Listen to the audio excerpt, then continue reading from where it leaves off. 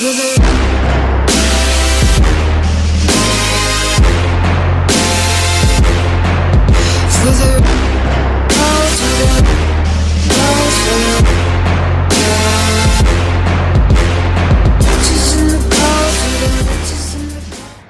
about 2 hours ago, the owner called me and told me to go ahead and finish the job. So I'm going to go ahead and put the oil pan back on and probably start removing the head.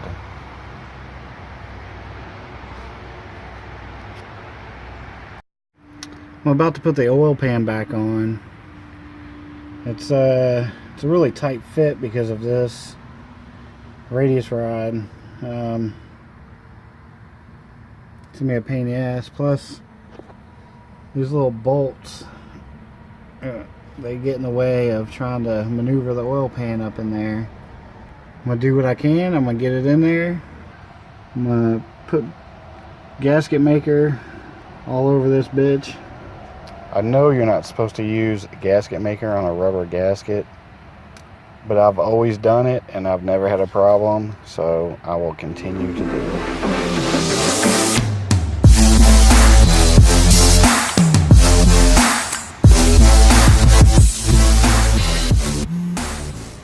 Alright, so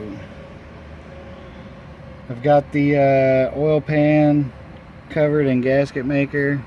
Now it's time to install this bitch. Alright, the oil pan was far easier to install than I expected. Now what? There's a plate that goes over here that covers the transmission. I guess that would be the next thing to install. As you can see, it's the next day. I'm not a huge fan of working at night, but I need to get this thing out of my driveway. So today I'm going to remove the valve cover, power steering pump, and exhaust manifold. The cover has 7 10mm nuts, 2 in the front, 3 down the center, and 2 on the back side.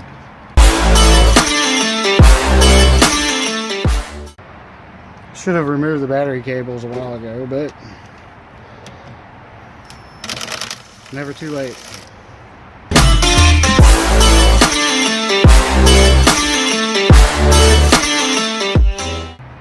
I'm gonna go ahead and just remove the battery. It'll give you more room to play around.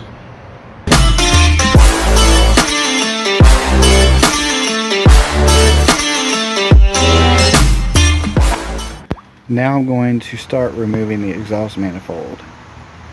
This is, I'm guessing, kind of like an O2 sensor. It connects to a solenoid mounted behind the distributor. I have tried to unscrew it, but it's not going to happen without breaking it. So I'll just have to pull the manifold with this still connected.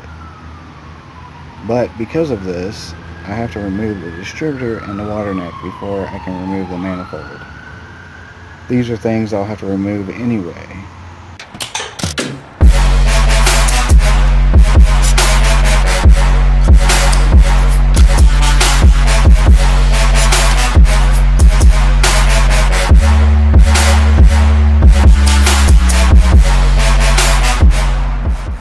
It appears there are a bolt on each side that's mounted to a bracket that's mounted to the block.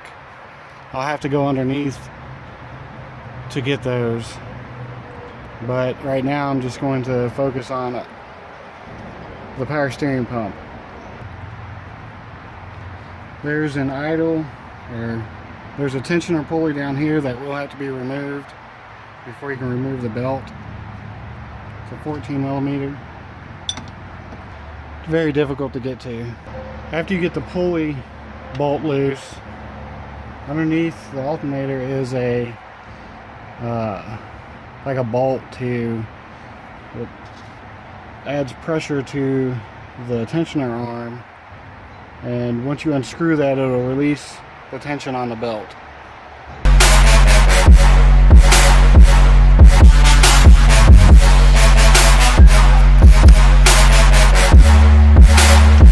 And as I hope, the alternator bracket's connected to the block, not the head, so I will not have to remove the alternator. So not sure what this guy did with the engine mount. I mean, stacked a bunch of washers in there. What the fuck? Looks like I'm gonna be cleaning up that mess too. I'm gonna go ahead and end the video here. I don't want to make it too long. So thanks for watching, and please subscribe and hit the little bell to be notified for new videos. Thank you, everybody.